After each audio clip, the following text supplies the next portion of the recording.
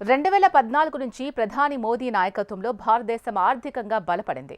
ప్రపంచంలో 4వ అతిపెద్ద ఆర్థిక వ్యవస్థగా అవతరించింది. జాతీయ భద్రతకు ప్రాధాన్యతనిస్తూ మౌలిక సదుపాయాల అభివృద్ధి, డిజిటల్ పరివర్తన, పేదరిక నిర్మూలన వంటి కార్యక్రమాలు చేపట్టారు. ఆయుష్మాన్ భారత్, జన్ ధన్ యోజన వంటి సంక్షేమ పథకాలు ప్రజలకు మేలు చేశాయి. మోదీ పాలనలో దేశం అంతర్జాతీయంగా గుర్తింపు పొందింది. అప్రతిహతంగా దూసుకెళ్తున్న మోదీ పాలన నేటితో 11 ఏళ్లు పూర్తి చేసుకుంది. భారతదేశ మొట్టమొదటి ప్రధాని జవహర్లాల్ నెహ్రూ, ఇందిరాగాంధీ తర్వాత అత్యధిక కాలం ఈ దేశానికి సేవలందించిన ప్రధానిగా నరేంద్ర మోదీ పేరు చిరస్థాయిగా నిలిచిపోనుంది.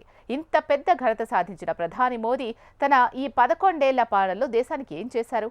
గతంలో మరే ప్రధాని సాధించలేనిది ఆయన ఏం చేశారు అనేది వివరాలు ఈ వీడియోలో చూద్దాం. జపాన్ను అధిగమించి ప్రపంచంలో 4వ అతిపెద్ద ఆర్థిక వ్యవస్థగా ఇండియా అవతరించింది.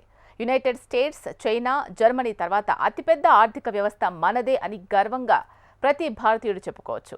బలమైన జాతీయ భద్రతా చర్యల గురించి మాట్లాడుకుంటే 2016లో జరిగిన సర్జికల్ స్ట్రైక్, 2019లో జరిగిన బాలాకోట్ వైమానిక దాడి ఆయన నాయకత్వంలో భారత్ బలమేంటో ప్రపంచానికి తెలిసొచ్చేలా చేశాయి. ఇటీవలే పాకిస్తాన్ రెచ్చగొట్టే చర్యలకు భారత్ ఎంత దృఢంగా స్పందించిందో మనమందరం చూసాం.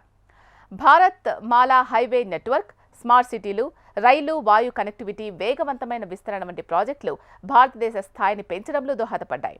జీఎస్టీ, ఉత్పత్తి ఆధారిత ప్రోత్సాహక పథకాల అమలు వంటి వ్యూహాత్మక ఆర్థిక సంస్కరణలు భారతదేశాన్ని ప్రపంచ పెట్టుబడులకు ఆకర్షించేలా చేశాయి.